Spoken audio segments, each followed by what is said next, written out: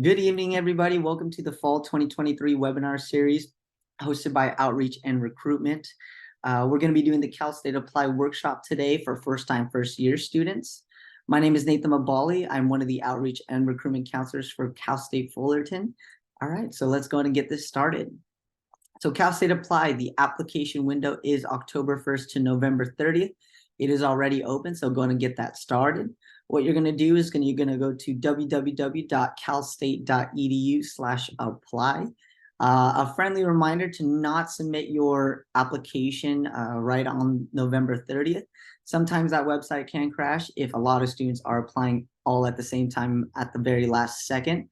So go ahead and try to do that before the Thanksgiving holiday so you can enjoy that time with the family. Before getting started, we're going to go ahead and let you know that Cal State Apply, it's 5 easy steps. So number 1, you're going to create an account. Number 2, you're going to select your intended campuses and majors. 3, you're going to input your personal and academic information. Number 4, you're going to review that application. Number 5, you're going to submit it. The preferred browsers to use for this Cal State Apply application is going to be Google Chrome and Mozilla Firefox. All right, let's get started. So this is what the Cal State Apply website looks like when you first open it up. It's going to ask you which term you're going to apply for. So if you're applying for Fall 2024, you're going to select that drop-down menu and choose Fall 2024 and go ahead and start and click Apply. You're going to create an account. So make sure to also write down your information. So at the very, very bottom there, you're going to create an account. Just a reminder that all 23 CSUs use one application. So if you're going to apply to multiple CSUs, you're going to do it all in this one application. You're going to be able to choose your different programs. Please note that each application is $70 per campus, and fee waivers are available for those who qualify. When creating an account, you're going to go ahead and put down these 6 items. You're going to put your full name, your email address, your telephone number, your username and password, a security question, and the terms and the conditions acknowledgement. Make sure to avoid using your high school email address and to use your personal address, and make sure to store your username and password in a safe location, whether it's in your notes in your phone or written down and stored away. Make sure to keep that handy because you're going to be going into this Cal State Apply application multiple times if you don't do it all in one sitting. After that, you're going to go ahead and go into your extended profile. So where you can find that is going to be under your name. There's going to be a drop down. You're going to go ahead and click extended profile. You're going to answer these set of questions, the degree objective. So if you're a first-time, first year, it asks what degree, credential, or certificate are you applying for? You're going to click on that first one for first bachelor's degree since you're going to be seeking your first one and have not earned a prior bachelor's degree. After that, it's going to ask you which of the following best describes your current educational status. You're going to put graduating high school, senior, or equivalent as a first-time, first year, with or without college work prior to high school graduation. So it's going to also ask, have you taken and earned college credits through a community college or university? You're going to click yes or no based on your situation. If you did attend a community college or university, took those summer classes, you're going to put yes. If you did not and you took all of your classes at your high school, you're going to click no. For international students, if you're applying as an international student, the following must be true in the extended profile section. So it'll ask, do you have or will you require an F1 visa student or J1 visa exchange to study at the California State University CSU? So you're going to go ahead and put yes.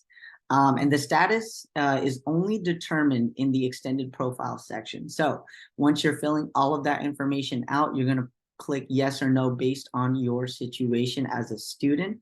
If you are a domestic student, you're going to click no in the extended profile section for this question. Step 2, you're going to select your campus and majors. So what you're going to be doing, remember, it's going to be one campus per major. So you're going to be selecting each of those. Just know that when you add your programs, then you're going to go ahead and go into the next step, which is the 4 quadrants. So just remember, if you're looking for a specific major, you could go on and search it right there. If you click on the filters button, it's going to show you all of the available programs for each campus. So, and you can also look at each program through each campus as well on the right-hand side. So if you're looking to go to specific Cal State University, you're going to go ahead and click the checkbox right over there, and it'll show you which programs are available. Another thing you want to think about as well, make sure to be doing your research on the specific programs you're going to be applying to. For example, a few campuses may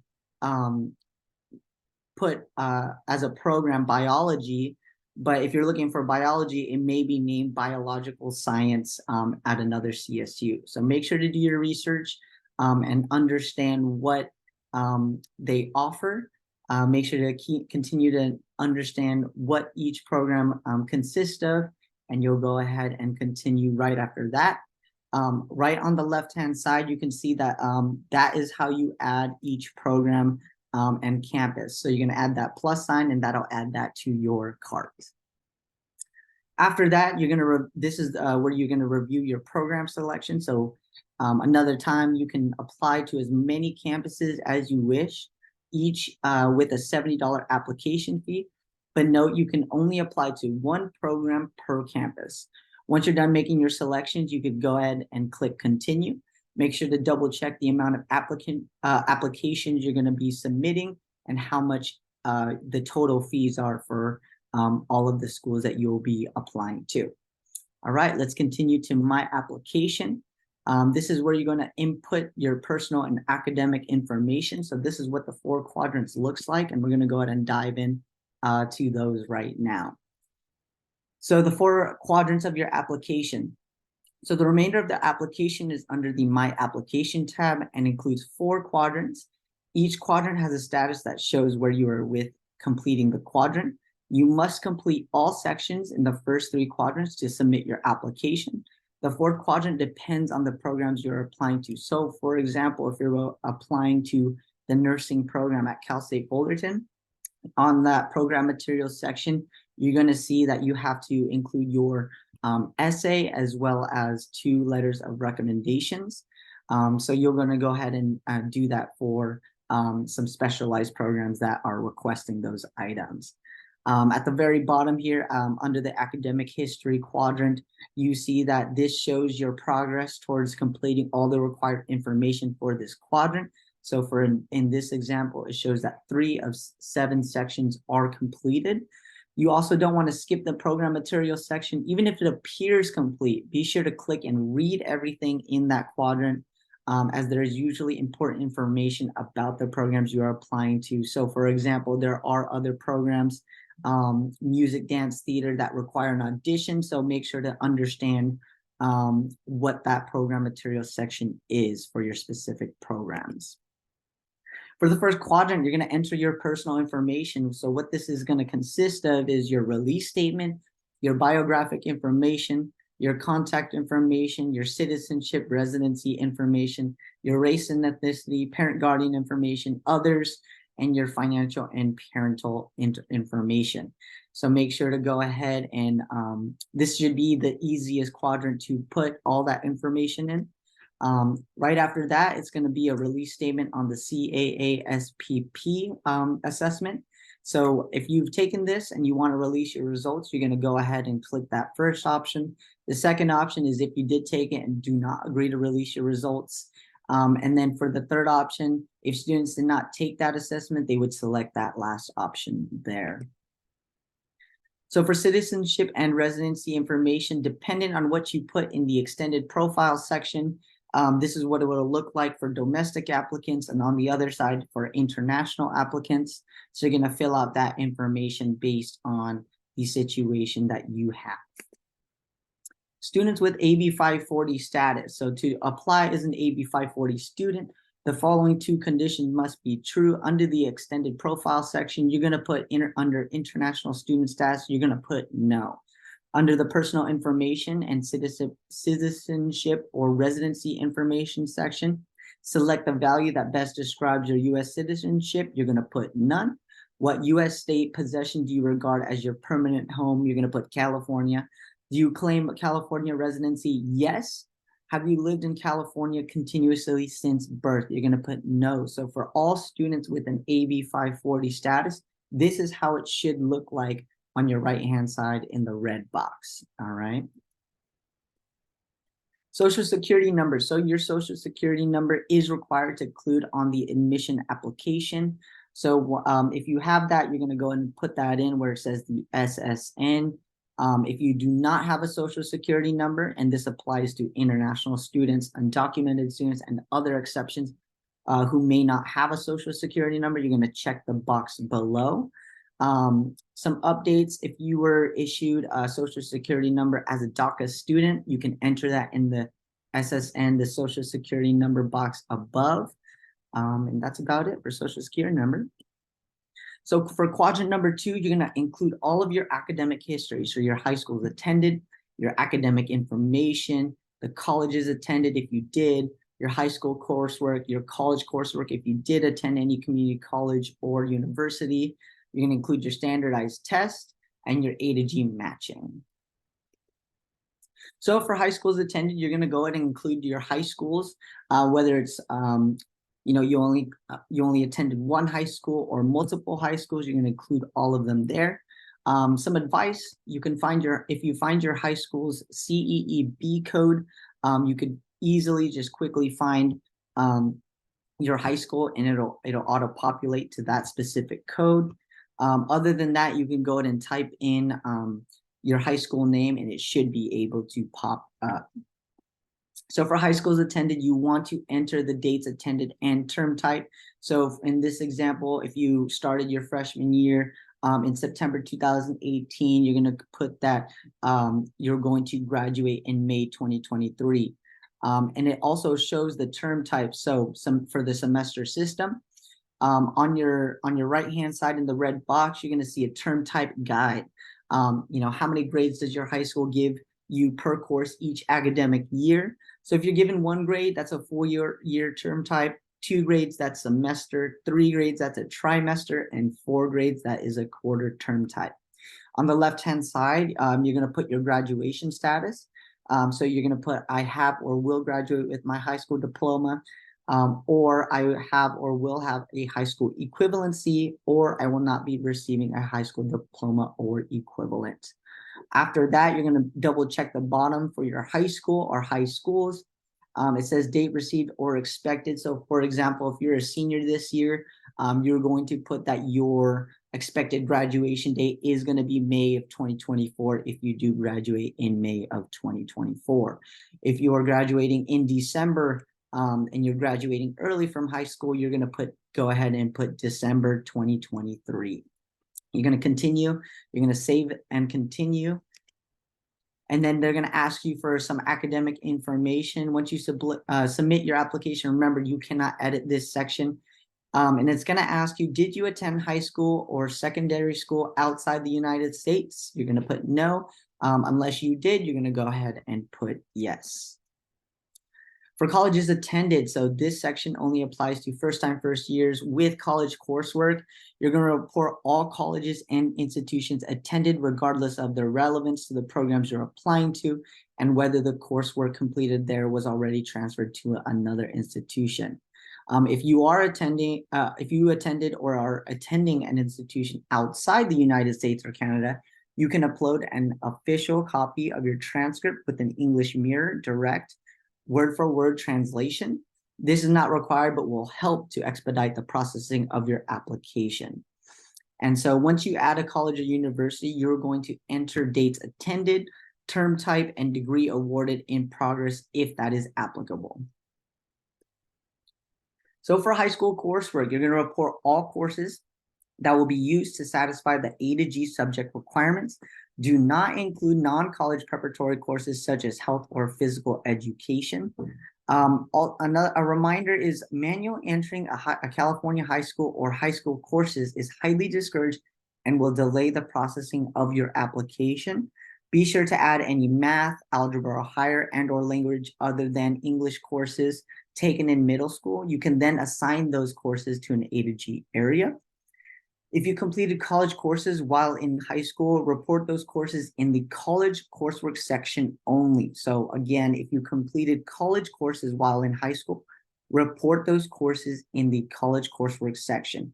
You can then assign them to any A to G area if applicable as well. So this is some of the steps on how to include and input your high school coursework. Step one, you're going to add a grade level. So for example, if you're going to put ninth grade, so your first year, you're going to put the year you attended your ninth grade and make sure that it is your intended high school.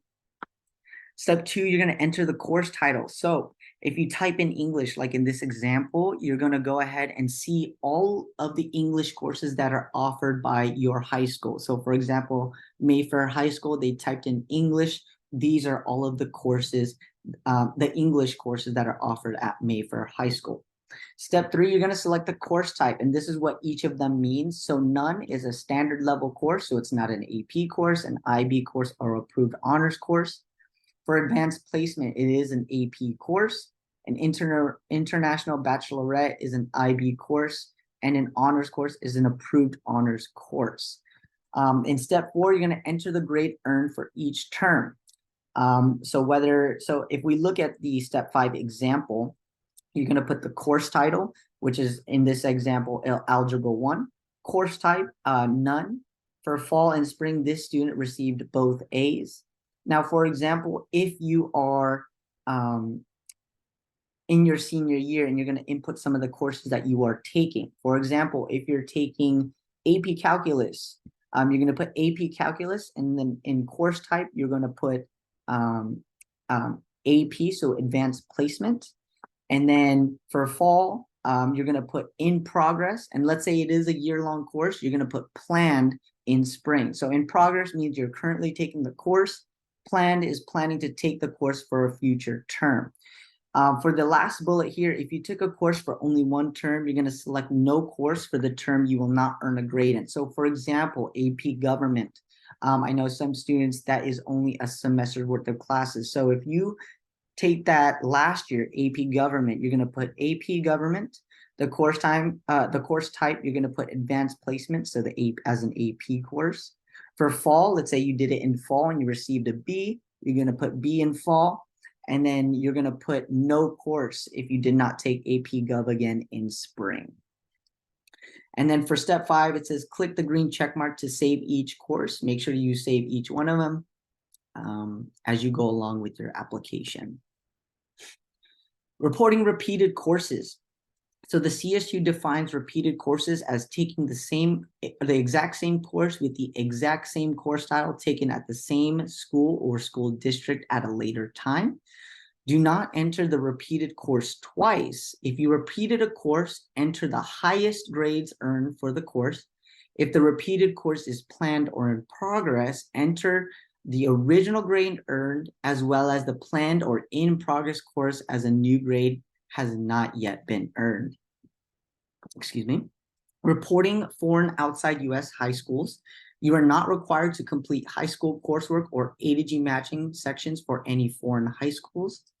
Any middle school courses. So if you took 7th and 8th grade courses to fulfill A to G requirements, select the appropriate grade level, 7th or 8th grade, and enter those courses under your 9th grade academic year. I'm going to go ahead and say that again. If you took any A to G courses throughout your 7th or 8th grade, you're going to go ahead and select that appropriate grade level, but you're going to enter those courses that you took at the 7th and 8th grade level under your 9th grade academic year. CCGI integration. So this is the California College Guidance Initiative. This is actually embedded into the Cal State Apply application. I would double check if your school offers this. Not every high school offers it, but if it does, oh, you are going to save so much time on your application. So what you're going to do is you're going to go to high schools attended tab. You're going to go ahead and find the californiacolleges.edu. You're going to find this box. Dependent on what type of device you're using, it may show up on the right-hand side or at the very bottom. So make sure to scroll to find that Show Me How for CCGI integration. Okay, so once you click on Show Me How, it's going to ask you, do you want to connect californiacolleges.edu to your Cal State Applied application? You're going to go ahead and click connect. Depending on what browser you're using, it's either going to take you to another page with your CCGI and you may have to sign in. Other times it may just ask you to do this, which is import. After you click import, you're going to wait a few times. You're going to follow the prompt. You're going to click continue, hold on tight, and then once it successfully imports, you can go ahead and continue. This is what it looks like after you use the CCGI integration. It's going to import all of the courses that you took into the Cal State Apply application, saving you about an hour, hour and a half worth of doing each of the courses manually. Now, a little disclaimer, please double check that your course title and your course type matches. If you took an AP course, make sure it doesn't say none. Make sure it says AP on there, so advanced placement. If it's an honors course, make sure that course type is an honors course. Double check your grades. Double check if you didn't receive a grade for a certain course, if you only took it one semester and not the next. So make sure to double check, triple check everything. We like to let students know, please have a second, maybe third pair of eyes, just double check everything for you. Okay, so after that, we're going to go ahead and start adding in our college coursework. So step number 1, you're going to add the term, year, academic status, and completion status. So what you're going to do is you're going to select that term. If you took a summer course, you're going to put summer of the year that you took. So if you took it this past summer, you're going to put summer of 2023. And then in academic status, you as a high school student, you may select freshman for all courses completed. I know this may confuse some students, but just know as a high school student taking college coursework, you may select freshman for all courses completed under the academic status tab. And then after that, you're going to add your course information. So double check, where your course code, your course title, your subject, include all the credits, what it says on your college transcript, or if you're signing into that portal for the specific university, make sure to add that course and save. After that, it's going to ask you, have you completed entering your transcripts above? So all of the information that you inputted, make sure to double check that as well. And make sure to click yes and save your transcript. Reporting standardized tests. So how to complete the standardized test section. If you don't have any test report, if you have not taken any standardized tests and do not have any plan, you can click the I am not adding any standardized test button. To add a test score or planned test, simply click add test score under the related test name and enter your score or the date you plan to take the test. As a first-time freshman applicant, report your SAT and or ACT results with the associated college board ID or the ACT ID number. If you have not yet taken the exam, simply add the date that you plan to take the exam. Once you've entered the test information, click Save This Test. Now, at the very, very bottom here, the ACT and SAT test scores will not be used for any admission purposes, and applicants are not required to submit these scores. So you do not need to submit these scores, and they will not be taken accounted for in the admission process, but you could still simply add them by adding your test score. A to G matching, this is where you're going to see and kind of based on the courses that you have reported, the screen on your left will show a summary of each subject, along with the number of years completed. The minimum years required are noted in parentheses. So if you look onto your left-hand side for subject A, that's history and social science, that's 2 years. B, English, you got to do 4 years. So any courses that are A to G applicable should be matched. And then at the very bottom there, your A to G GPA will be calculated. And so if you're seeing some of the blanks right here, I know you see there's 1 year included in C and 1 in D. If you see any others and they're not popping up, go ahead and update your A to G courses by clicking the Update A to G Courses tab there. After that, you can go ahead and include all of your A to G courses if you need to update them. So go ahead and ask your high school counselor if you have any confusion on matching your A to G courses. But other than that, this is how that will look. So we'll go ahead and move on. So for course validation entry, what is course validation? Course validation may allow you to meet the minimum A to G requirements by granting credit for lower level courses you may not have passed if they fall within the validation rules outlined below. So for example, in math, a grade of C or higher in the second semester validates a D or F earned in the first semester. A grade of C or higher in the second semester of a sequential mathematics course validates the prior year. A grade of C or higher in the second semester of an advanced mathematics course validates the entire 3-year subject requirement. Language other than English, so your LOTE classes, a grade of C or higher in the second semester validates a D or F earned in the first semester. A grade of C or higher in the second semester of a second year or higher of foreign language will validate the entire 2-year subject requirement. In science, for chemistry, a grade of C or higher in the second semester validates a D or F earned in the first semester. So you're going to look at the example here to the bottom left-hand corner. You're going to enter the course with the grades earned, so your original grades earned. Then you're going to enter a second time with the same course title. For the first semester grade, you're going to select pass if you did pass it. And for the second semester grade, you're going to select no course. So for this student, they took Algebra 2. They got a D in fall and a C in spring.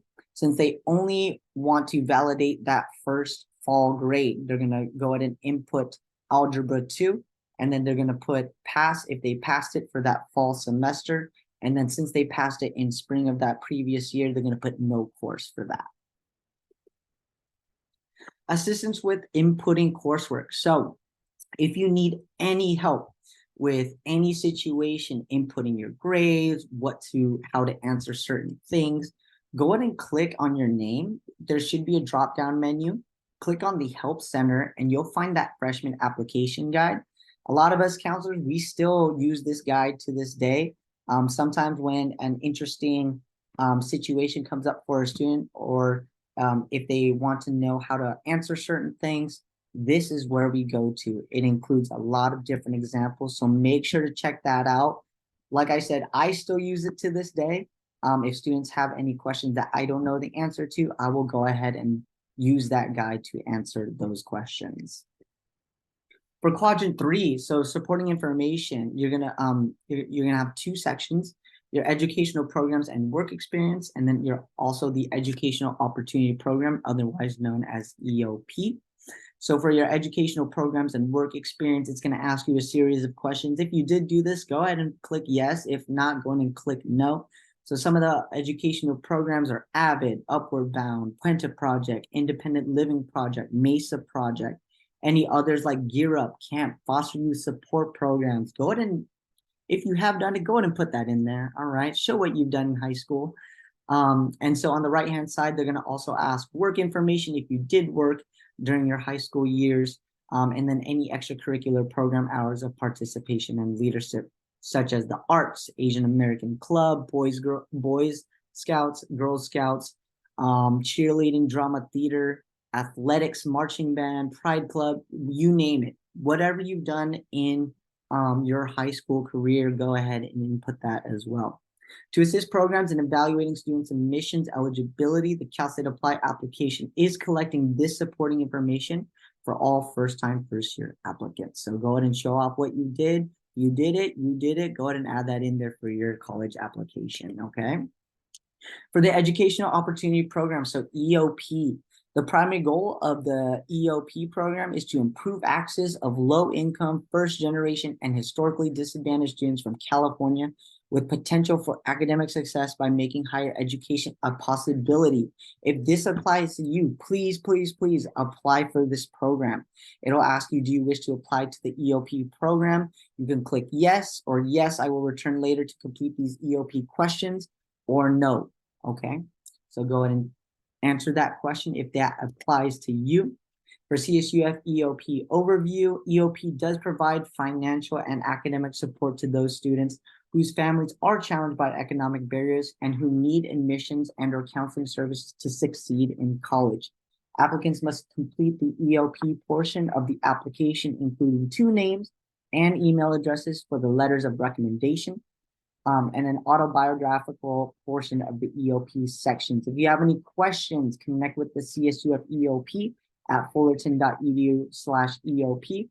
I would also check their website for the application deadlines as well. So remember that the CSU application for Cal State Apply is due November 30th, but make sure to double check those application deadlines for EOP as well as the EOP letters of recommendation. So make sure to double check on their website if you are applying to this program.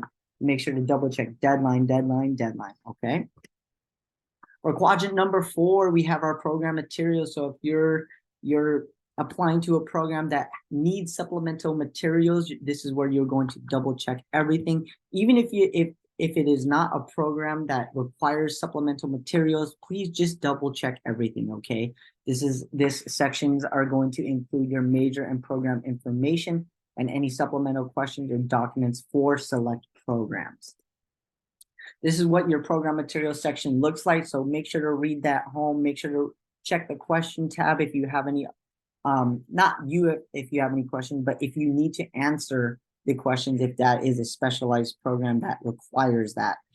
Make sure to double check the program details below. Make sure you are applying to the certain CSU campus that you're applying to, your certain program.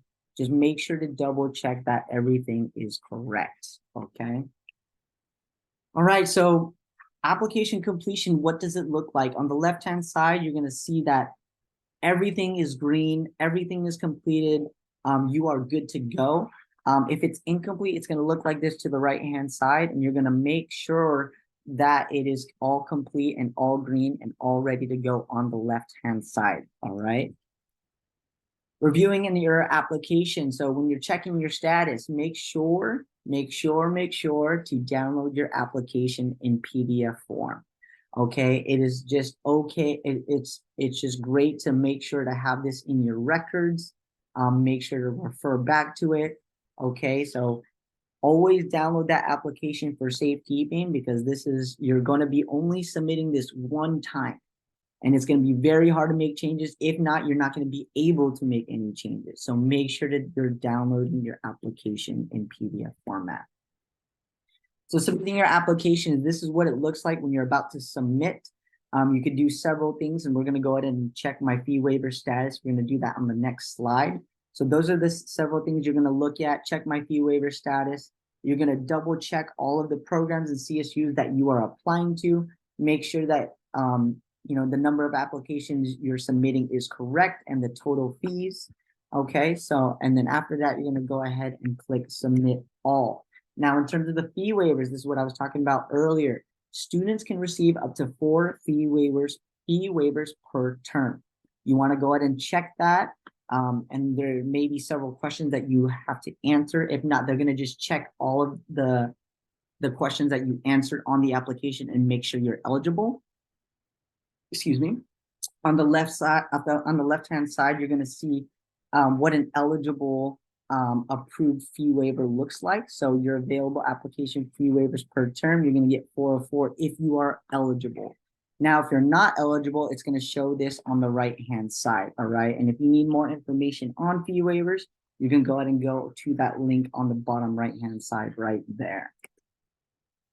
Post-application submission. So what do you do after you submit your application? You're going to go ahead and you're going to receive an email from the CSU or CSUs you applied to. You're going to check your personal email because that's what you use for the application. You're going to receive some CSUF login credentials, and you're going to create your account. Please, I cannot emphasize this the most. When you create your account, this is going to be used as the main communication line between you and the CSUs. Make sure to continuously check your email that you created through the CSU. If you created through Cal State Fullerton, this is what it's going to look like. Okay, so when you go to the login for the CSU portal, you're going to see at the bottom right-hand side, or just up, at the bottom of that login, you're going to see first-time students and applicants. You're going to create your campus account there. Okay, so once you receive that confirmation email from the CSU, you're going to go ahead and you're going to create that campus account through the CSU portal. After that, when I said and emphasized, this is going to be your main communication line, you're going to check your to-do list, you're going to check your task list, You're going to always check that student email, because you never know, you're going to receive an email from the CSU saying that you need to submit something, a document, a transcript, whatever it is. And remember, deadlines are important, especially for Cal State Fullerton. You cannot put your application in jeopardy by missing a deadline. So make sure double check your emails, double check your task list, double check everything. I know I'm emphasizing that a lot, but this has to be a regular repetition that you're going to have to continuously use, which is your CSUF email. Okay. So you're going to be able to find that at fullerton.edu. You're just going to go ahead and click that. First time students in Annapolis, you're going to create that campus account. Some resources and assistance for you. So for resources, you have your FAQ, contact a certain campus. So it has all of those 23 CSUs and their contact information. Student services, what they offer, what they can help you with, and then counselor resources as well. Some technical issues. So if you're having an issue inputting classes and it's your coursework and it's not being able to, you're just having issues with it. Let's just say that, right? So if you're having technical issues, you could contact your tech support team right there with that number. You can go to the Liaison Help Center as well. This is just for the website only. So if you're having any issues with the Cal State Apply website, go ahead and contact them there. And then contact us. Contact us if you have any questions. We are the outreach and recruitment team at csufor@fullerton.edu. You could also check out our website if you have any questions. We're going to be doing more of these webinars, so check them out. fullerton.edu/OR. You can find the webinar series there. Connect with us on our socials, especially Instagram. We're very, very active on Instagram. Check it out, at CSUF Outreach. We're going to have our Fall in Love with Fullerton event coming up on November 4th. Check it out. Come on out. Bring your family, bring your counselor, bring your friends. So check out some of those events that we have coming up. And so that concludes our Cal State Apply workshop. Thank you for coming in and tuning in. Let us know if you have any questions. Reach out to us. And so get that application in. It's going to come before you know it, October 1st to November 30th. So good luck out there. I hope to see you all, future Titans. If you see us out there during orientation, after this entire process, come say hi to us. All right, good luck out there.